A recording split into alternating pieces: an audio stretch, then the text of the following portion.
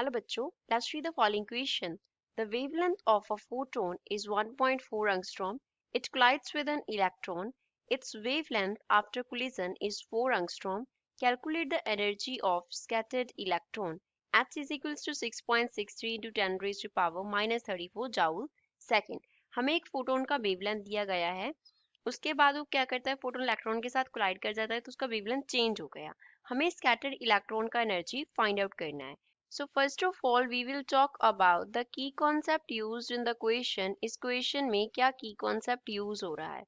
तो सबसे पहले हम बात करेंगे एनर्जी ऑफ फोटोन के बारे में. Energy of photon, energy of photon को अगर हम E से लिखें तो वो किसके इक्वल होता है, hc अपॉन लैम्डा की इक्वल होता है. जो लैम्डा है वो रिप्रेजेंट करता है वेवलेंथ ऑफ फोटोन को. h Planck's constant and c क्या है, स्पीड ऑफ लाइट है. अब जो फोटोन है वो क्या कर गया, स्कैटर कर गया. जो फोटोन है वो क्या कर गया, स्कैटर कर गया. तो स्कैटर होने के आफ्टर जो उसका एनर्जी है वो कितना है, ई डैश है. That will be equal to h c upon lambda dash जो उसका न्यू वेवलेंथ होगा. अब जो एनर्जी है वो चेंज हो रहा है, लैम्डा जो है वो इंक्रीज कर रहा है. वी कैन सी जो वेवलेंथ पहले हमें दिया है 1.4 एंगस्ट्रॉम है, अब कितना है 4 एंगस्ट्रॉम है. तो लैम्डा ई के इन्वर्सली प्रोपोर्शनल है, एनर्जी के इन्वर्सली प्रोपोर्शनल कौन है, वेवलेंथ. तो अगर वेवलेंथ इंक्रीज कर गया तो एनर्जी क्या करेगा, डिक्रीज करेगा. तो जितना एनर्जी डिक्रीज करेगा वही एनर्जी इलेक्ट्रॉन को इम्पार्ट होगा. तो एनर्जी ऑफ स्कैटर्ड इलेक्ट्रॉन कितना होगा, जितना एनर्जी फोटोन का रिड्यूस हो गया. तो अगर इसको हम डेल्टा ई से डिनोट करें तो ये हमारे पास किसके इक्वल होगा, फोटोन का अब जो पहले जो एनर्जी था माइनस जो अब एनर्जी है, जो डिफरेंस होगा वो इलेक्ट्रॉन के पास होगा. तो इस फॉर्मूला से हम क्या करेंगे, इक्वेशन को सॉल्व करेंगे. Now we can write delta E is equals to, E कितना है H C upon lambda, E dash कितना है H C upon lambda dash है. तो इसको हम लिख सकते हैं H C into 1 upon lambda minus 1 upon lambda dash. Further जो लैम्डा है वो हमें कितना दिया गया है, पहले उसका वेवलेंथ था 1.4 एंगस्ट्रॉम. तो इसको हम लिख सकते हैं 1.4 into 10 raise to power minus 10 metre.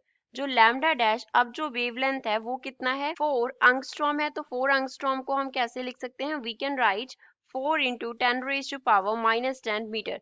यहाँ पे हमने यूज किया है that 1 angstrom is equals to 10 raise to power minus 10 metre होता है.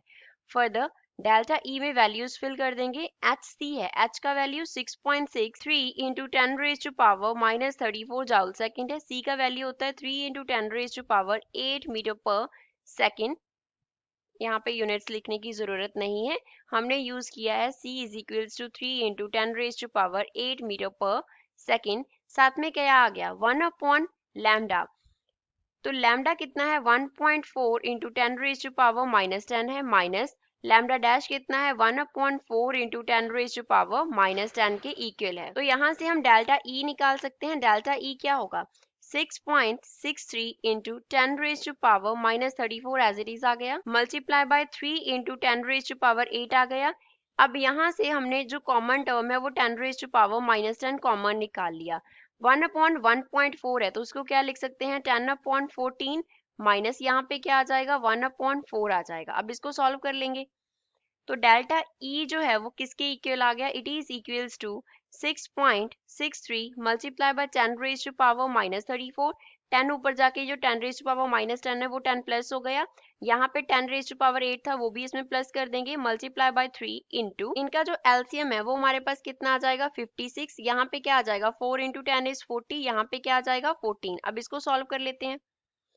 6.63 को मल्टीप्लाई कर देंगे 3 से, सो डेल्टा ई जो है वो इक्वल आ जाएगा 19.89 multiply by 10 raise to power minus 16 multiply by 26 divide by 56. तो इसको सॉल्व करने पे डेल्टा ई का जो वैल्यू है that is energy of electron हमारे पास आ जाएगा 9.235 multiply by 10 raise to power minus 16 and units क्या होंगे, जाउल.